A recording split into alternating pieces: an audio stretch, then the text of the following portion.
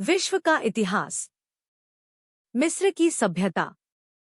मिस्र की सभ्यता का प्रारंभ 3400 ईपू में हुआ। मिस्र को नील नदी की देन कहा गया है।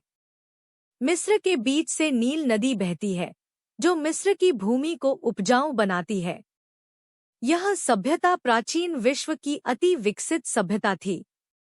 इस सभ्यता ने विश्व की अनेक सभ्यताओं को पर्याप्त रूप से प्रभावित किया है। सामाजिक जीवन में सदाचार का महत्व इसी सभ्यता से प्रसारित हुआ है। सामाजिक जीवन की सफलता के लिए मिस्र निवासियों ने नैतिक नियमों का निर्धारण किया। मिस्र के राजा को फ़राओ कहा जाता था। उसे ईश्वर का प्रतिनिधि तथा सूर्य देवता का पुत्र माना जाता था। मरणोपरांत राजा के शरीर को पिरामिड में सुरक्षित कर दिया जाता था।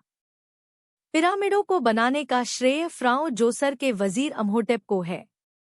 मिस्र वासियों को मृत्यु के बाद जीवन में विश्वास था। मृतकों के शवों को सुरक्षित रखने के लिए शवों पर रासायनिक द्रव्यों का लेप लगाया जाता था। ऐसे मृतक के शरीर को ममी कहा जाता था।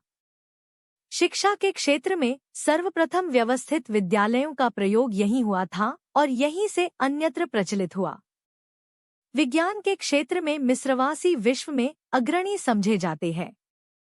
रेखागणित में जितना ज्ञान उन्हें था उतना विश्व के अन्य लोगों को नहीं था। कैलेंडर सर्वप्रथम यहीं पर तैयार हुआ। सूर्य घड़ी एवं जल घड़ी का प्रयोग भी सर्वप्रथम यहीं हुआ। अम्होटेप चतुर्थ 1375 ईपू से 1358 ईपू मानव इतिहास का पहला सिद्धांतवादी शासक था।